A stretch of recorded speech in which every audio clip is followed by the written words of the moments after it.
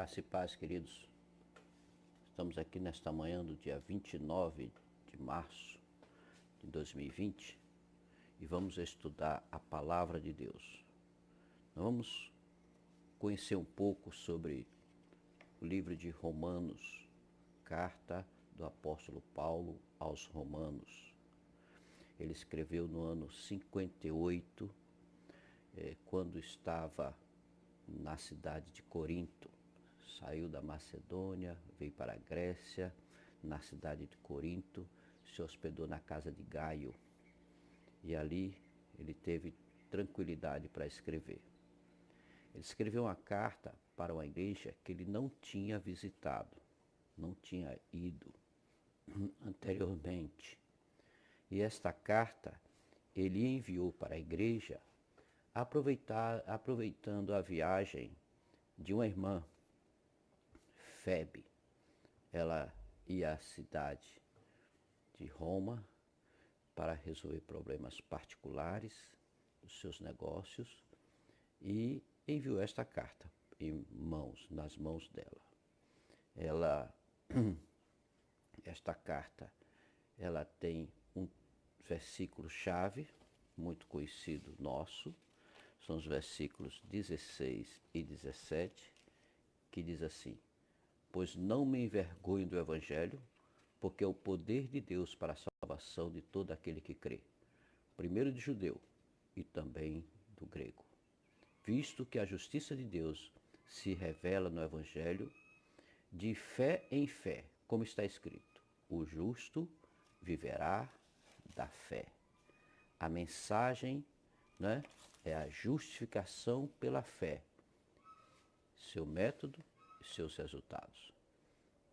O livro tem duas divisões, a parte doutrinária e a parte prática. Este livro é muito lido pelos teólogos, muito lido. Crisóstomo, ele lia uma vez por semana este livro.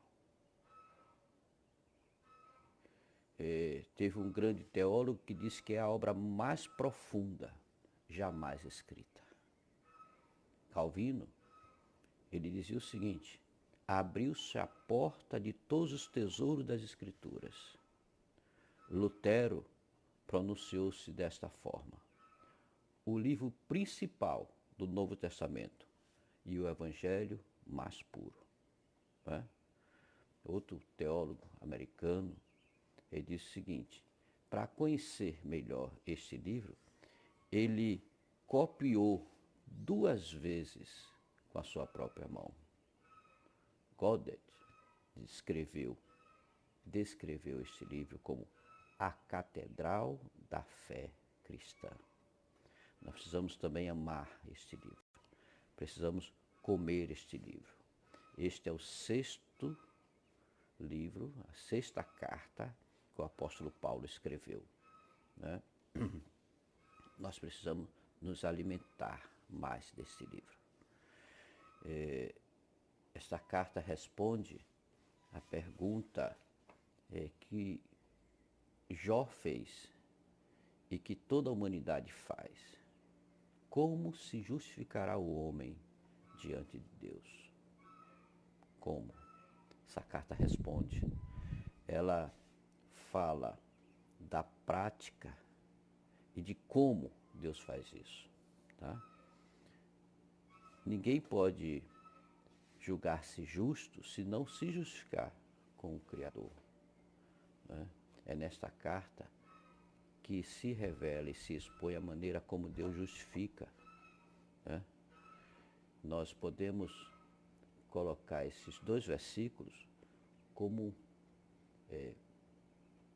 o resumo de todo o livro. Deixa eu te passar nesta manhã um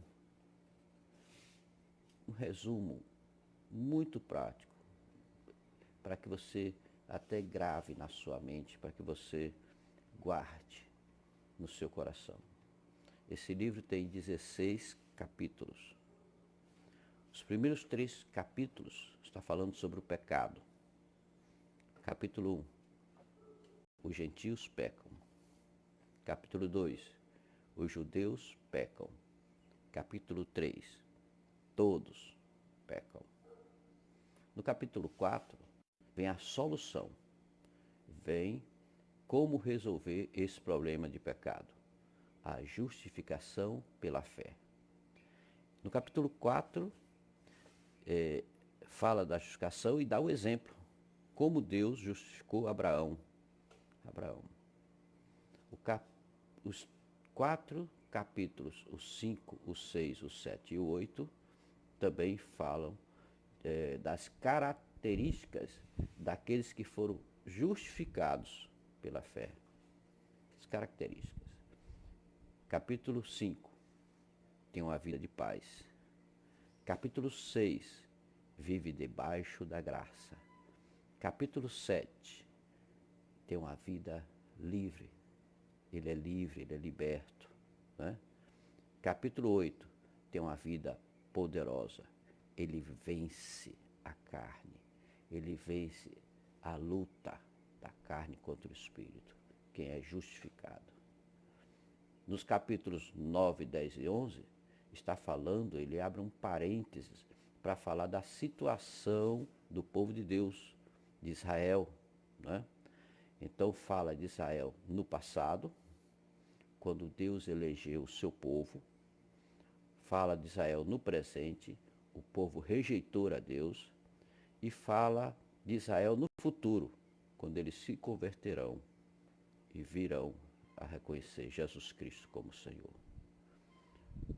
Mais 4 capítulos, o 12, o 13, o 14 e o 15, está falando de outras características daquele que é justificado, que é o amor. Quem é justificado respeita todos os homens.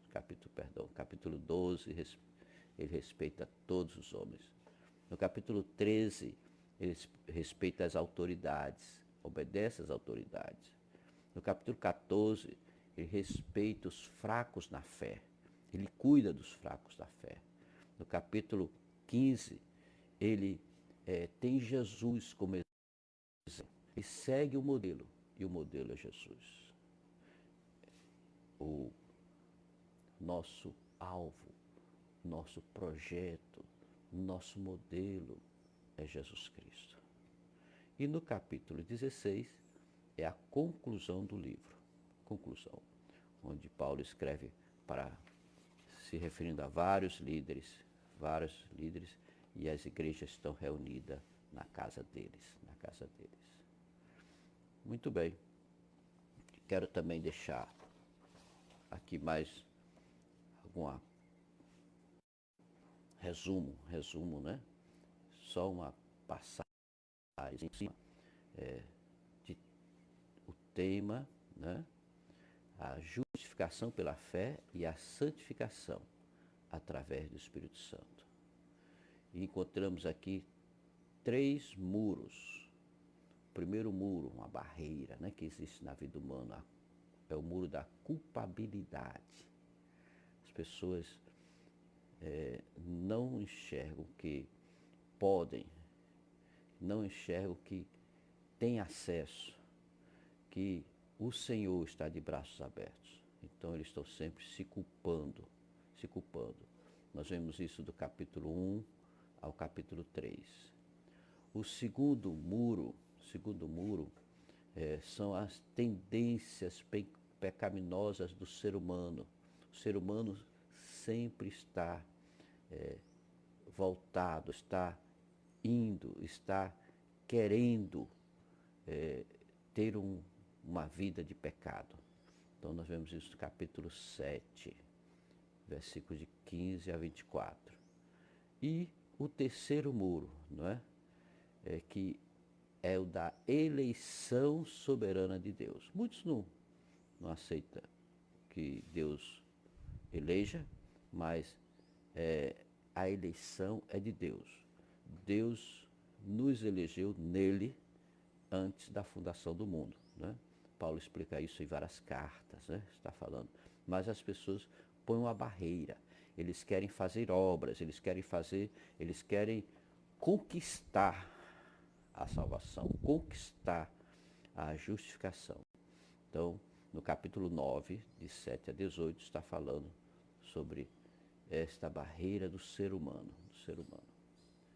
Existe também, eu quero colocar, não é que existe, né? Eu quero passar para vocês 3 portas de escape que o ser humano tem aqui neste livro. Primeira, a justificação pela fé. Pela fé. Segundo, a regeneração. Terceiro, a oportunidade para todos. Para todos. Toda a humanidade tem essa oportunidade. Então, há um escape para você. Há um escape para todos que creem, para todos que querem sair das garras do pecado, das garras do inimigo. E esse livro está te mostrando isso, está mostrando essas coisas. Muito bem, nós vamos dar uma pausa e depois iremos continuar com o estudo da palavra de Deus, tá? Uma pausa e vamos fazer uma oração. Te louvamos, Senhor, porque até aqui o Senhor tem nos ajudado. Abre nossa mente, faz-nos entender as maravilhas da Tua lei e ensina-nos a Tua palavra. Ensina-nos, ó Deus, que nós possamos viver, não somente conhecer, mas colocar em prática a Tua palavra. Abençoa a Tua igreja, a Igreja Batista Monte Hermon, a Lunga e todo o Teu povo espalhado pela face da terra. Sê com as famílias, que nós estejamos na Tua presença, adorando o Teu nome. Muito obrigado por esta manhã de comunhão contigo. Muito obrigado, em nome de Jesus. Amém. Muito bem, vamos voltar, não é?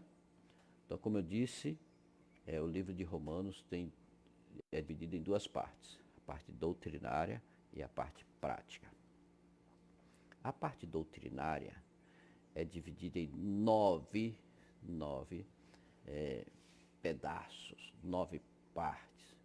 A primeira parte está no capítulo 1, do versículo 1 ao 17, que é a justificação pela fé é revelada no Evangelho. Primeira parte. A segunda parte, do capítulo 1, versículo 18, até o capítulo 3, versículo 20, é que todos, a necessidade é de todos, é universal dessa justificação. Todos precisam ser justificados pela fé. Por isso que eu coloquei, os judeus pecam, os homens pecam, todos pecam, né? Todos pecam. Gentios, judeus, todos pecam. Então, é uma necessidade universal ser justificado pela fé. Terceira divisão. Como somos justificados? Está ali no capítulo 3, de 21 a 31. Quarta divisão, no capítulo 4. A justificação pela fé não é doutrina nova, né? Lembra de Abraão?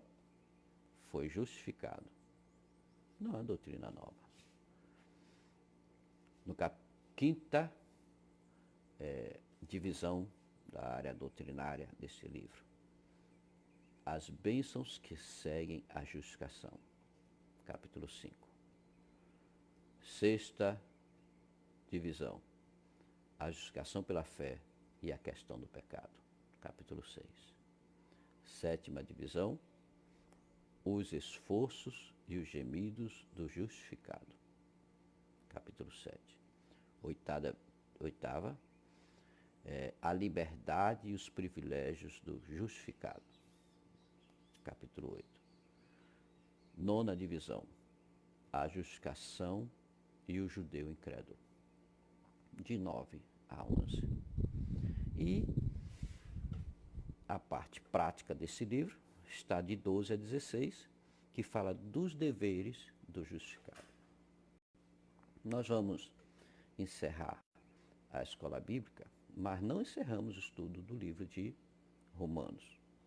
Vamos encerrar nesta manhã e voltaremos na próxima escola bíblica dominical. Deus abençoe e até lá, em nome do Senhor Jesus. Até a noite, né? Em nome do Senhor Jesus. A paz do Senhor.